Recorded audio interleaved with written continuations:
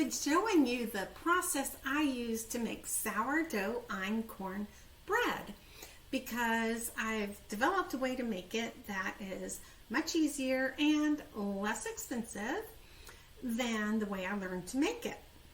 So if you want to see more content like this, please be sure to like and subscribe to my channel so you'll know when it's ready. So I'm Susan Gleaton, a registered dietitian, and when people come to me with digestive issues or whatever problem it is that they are having, I look for the root cause so that as they get better and their symptoms improve or diminish or are gone, then they don't just come right back to haunt them.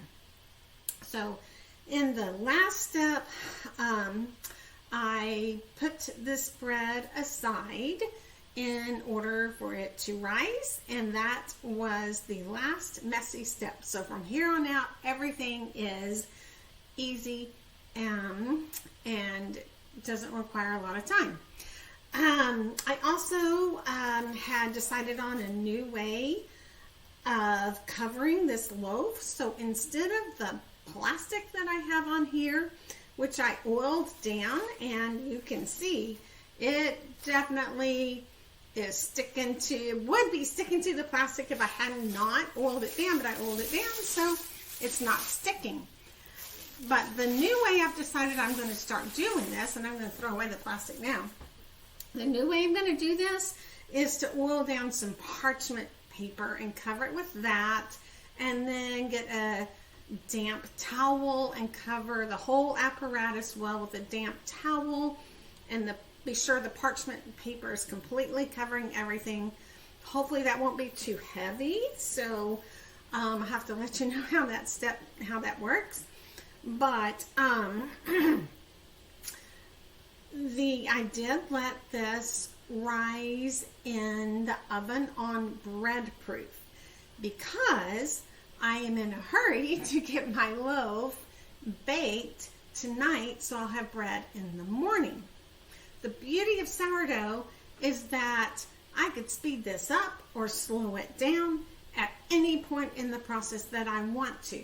So if I had plenty of time before I put this in the oven, if instead when I had just put it in here, I could have covered it well and then put it in the refrigerator for a day or two, and then I would have some very, very fermented or sourdough'd einkorn bread. I also used rye when I was feeding the starter, so yes, there is a little bit of rye flour in here, and the longer fermentation time would have allowed the gluten in both the rye and the einkorn to break down in even more. But on the other hand, if you need everything to happen faster, you can speed everything up by adding warmth. Just be sure that it's not like bread proof on my oven is 100 degrees, so I guess about 100 degrees, somewhere in there. So if you put it out in the sun, I don't know what would happen if it was 110, I don't know, but anyway, you just want it warmer. So maybe a sunny windowsill or inside your house, so hopefully it's not 110. There would be a good idea. And then at every step, so every time I do something to the loaf, like when I took it off the floured surface and put it on the floured cloth, I did something to the loaf. So every single time I do something to the loaf, then it has to rise again. You can't just do the next step. So at this time, what I'm going to do to the loaf is get it in the pan it's going to bake in, but then it's going to have to rise again. It's not ready to bake. So again, this is quick and easy. I will show you what I do. I love this step because everything's easy from here on out. So I'm going to tear off enough parchment paper to cover this pretty well so that it will cover it, and then also have enough room to go up the sides of my Dutch oven that I will be putting inside. So I'm going to turn off that paper.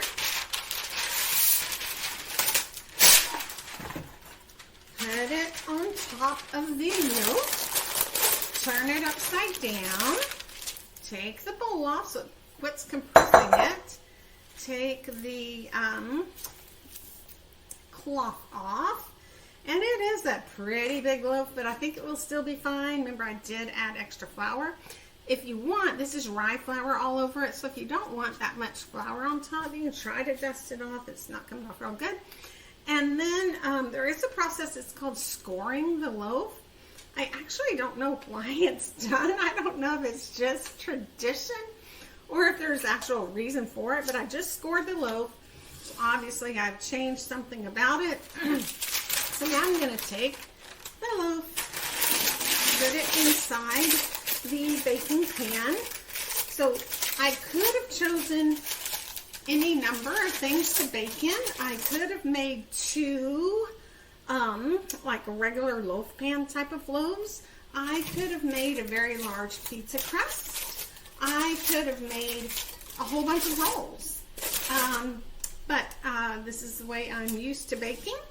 And I'm just going to actually put it back in that nice warm oven so they'll be ready to bake very soon. So I'm not going to show you any more steps until I get it out of the oven. But the next thing for a round sourdough loaf is to let it rise again, because we just handled it, so it's got to recover from that. So let it rise a bit. While it's rising, you may be able to go ahead and preheat your oven to 450 degrees. I say maybe because I don't know exactly how long it's going to take for this to recover from the movement I just did to it. So it might take, I don't know, let's give it 20 minutes, maybe an hour. You can let this stay at this stage for as long as you want, but I wouldn't wait too long because you're going to want to bake it while it's in the happy process of rising up. You don't want it to rise so much that it begins to deflate, because at this point we can't rescue it anymore.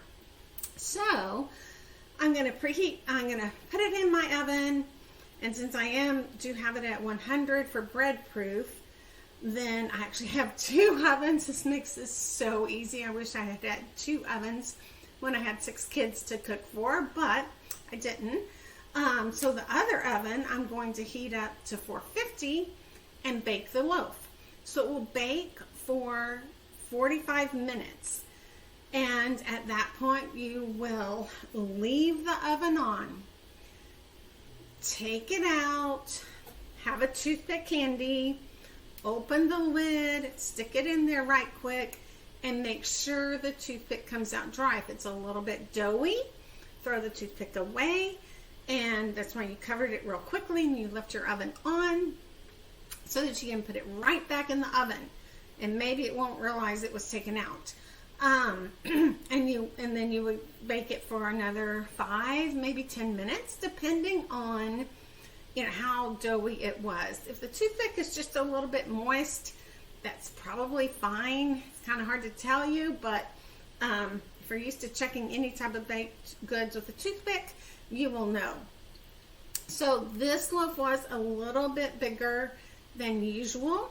So I'm actually going to set my timer for 50 minutes because it's going to take just a little bit longer. But the real key is putting the pan in an already hot oven. So I've heard different ranges of temperatures for baking sourdough and sourdough einkorn. So I'm talking specifically sourdough einkorn, but it's probably the same for sourdough wheat or anything else. So I've heard the range of anywhere from 400 to 500, but the first recipe I got said 450 for 45 minutes. It's easy for me to remember, so that's what I use. So the next video, we will have some lovely bread and we'll just see how it turns out.